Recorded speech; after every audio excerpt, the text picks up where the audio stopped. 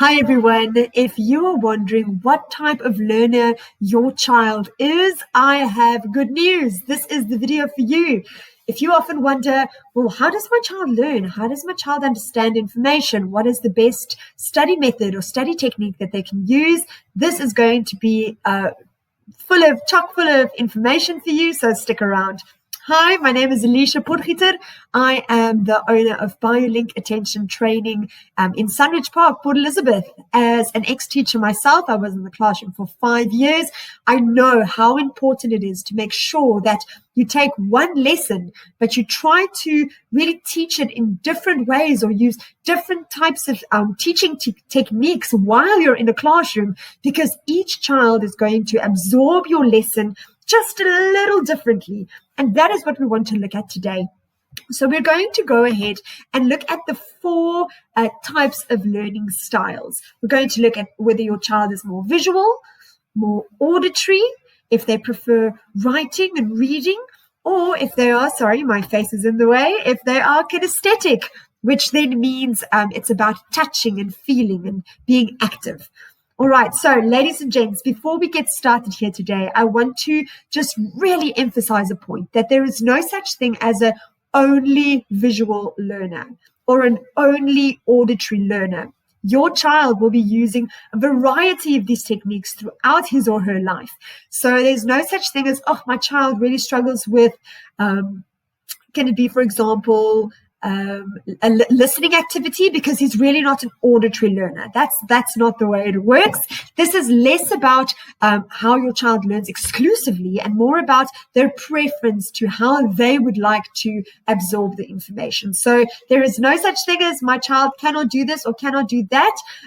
In the classroom, I actually found that a lot of the benefit is linked to the type of information, how you package it, rather to the type of content that it is, rather than exclusively what type of learner it is. All right, so I'll explain that in a second. Let's get started right off the bat. We're going to start with visual learners, and these learners are by far the largest group. They make up the biggest percentage of children in the classroom.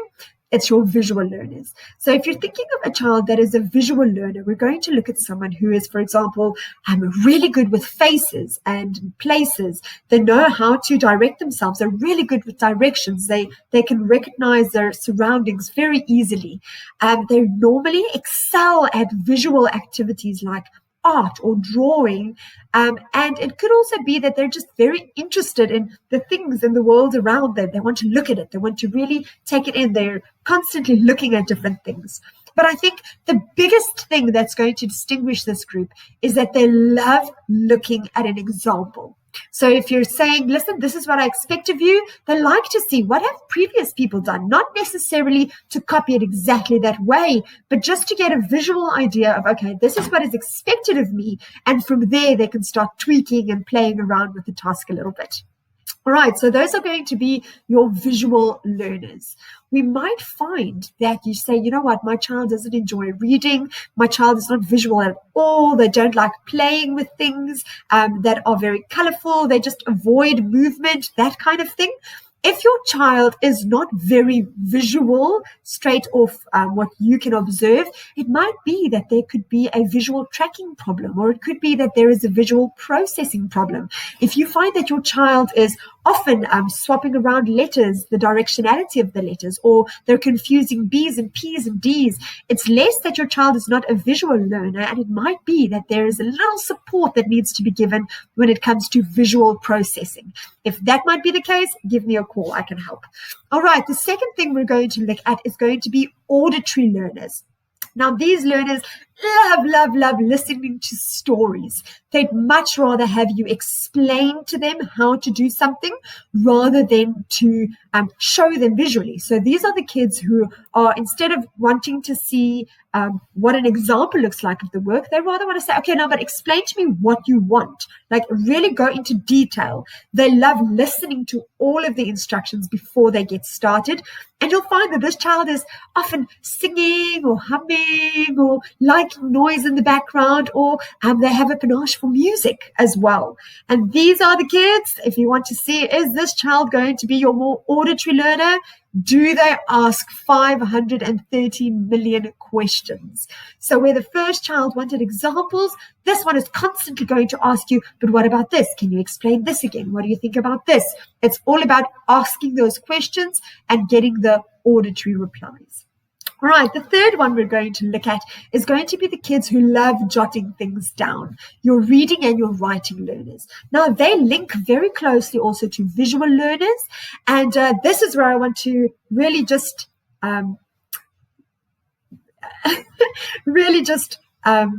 fold myself in the reader. There you go, close enough. And I want to just give a little, be careful of this. Often you'll find that children say, Mom, Dad, I am studying. Look, I'm making notes. But if you look at their notes, they're just copying down exactly what was in the book. All right? They're actually just copying and pasting. There's no paraphrasing, no summarizing. There's no learning methods or study methods being used. It's just copying or highlighting everything.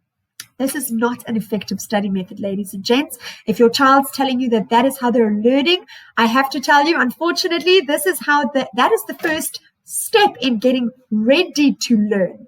But if your child has just duplicated everything on a notepad 5 times, they have not actually done actual studying, which is why your kid can spend 5 hours in front of the books every day, copying down things, writing out things, but actually doing very poorly in exams. It's because they haven't actually started studying. They've just written everything down again. So that is just I digress, just a side note. All right. So these learners are learners that when you want to give them instructions, they prefer to have it on paper.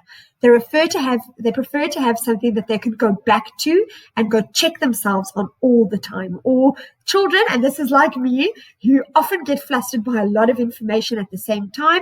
I love jotting things down so that I can go back and remember exactly what it was that I was saying. Or if I have a to-do list that I need to do, I love having a little list with me.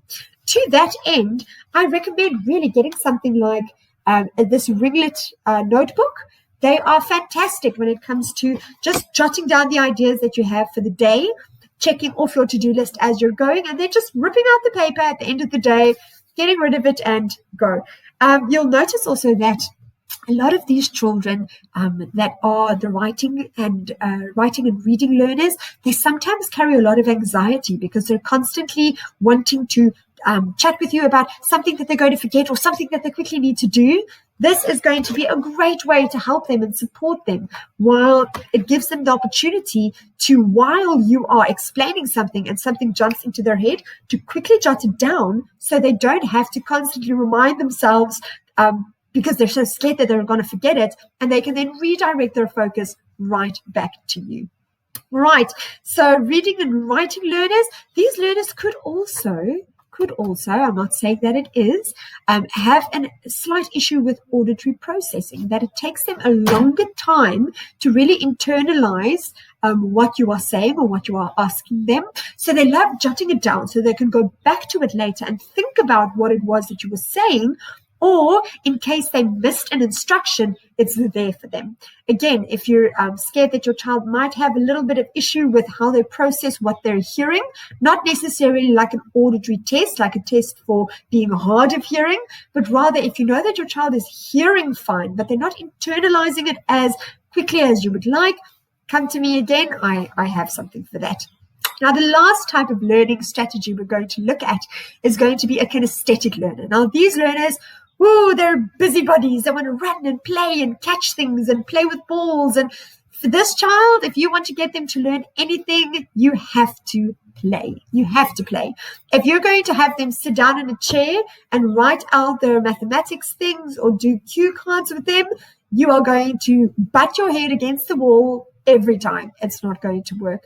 This is the kind of child where you take, for example, a ball, and if you're doing quick maths, so you're doing your multiplication or something, you want to throw the ball back and forth, and before they catch the ball, they have to give you an answer. It's a way to keep the body busy while the brain is working.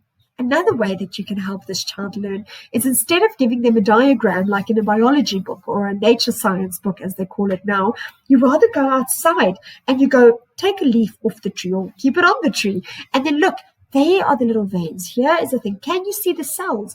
So instead of them having to refer to a picture or a diagram that would be fine for a visual learner, these kids actually want to feel it. They want to see the different textures. They want to touch it, to experience it. And that would be a great way for you then to help as well. These kids also, if they're doing spelling, give them magnetic strips on the board. Give them a game. Give them a hangman game. Give them something that they can do. You're going to get much more done than having and forcing that child to sit behind a desk. I know that we are very programmed to go, no, if you're learning, it has to be quiet. You have to sit, you have to study, and there can't be a peep. You have to do it this way. But it might be, especially for these kids that are so busy, they have all this impulsive energy that they need to get out. It's going to be a very good thing for you to maybe get them playing instead of just sitting and regurgitating information. Ladies and gents, I hope that helped just give you a little bit of insight as to what you can do to support these learners with the different learning styles. Again, keeping in mind that it's not going to be only about the child, but also the content. For example, if you want them to remember a history story, it's going to be a great way to maybe tell it in a way that sounds like a story in the olden days, da-da-da-da-da. And you can, if you're a kinesthetic learner, you acted out the information. So there's different ways that you can really take the information and the content, because they're getting lots and lots of content. Take that content and change it into a way that the brain can easily absorb it. Only then did you really start learning. So ladies and gents, hi, my name is Alicia. Let me just get my face out of the way again. Alicia Potgieter from Biolink Attention Training in Sunridge Park in Port Elizabeth. My details are on the screen if you would like to contact me. Now, why would you be doing that? Because you were listening to what I was saying and saying, you know what, my child might have a problem with the things that they see, or a problem with the things that they hear, or you know what, my child is sitting and diligently working, but it's like the concentration just isn't there. If you're seeing these kind of things, come to me and we can identify in your child's brain where are the strengths and where are the areas that we can offer support so that your child can actually study more easily, remember more easily, stay more on task, and actually get things done without all of that frustration. So, ladies and gents, I've been chatting about the various ways. We have a free checklist.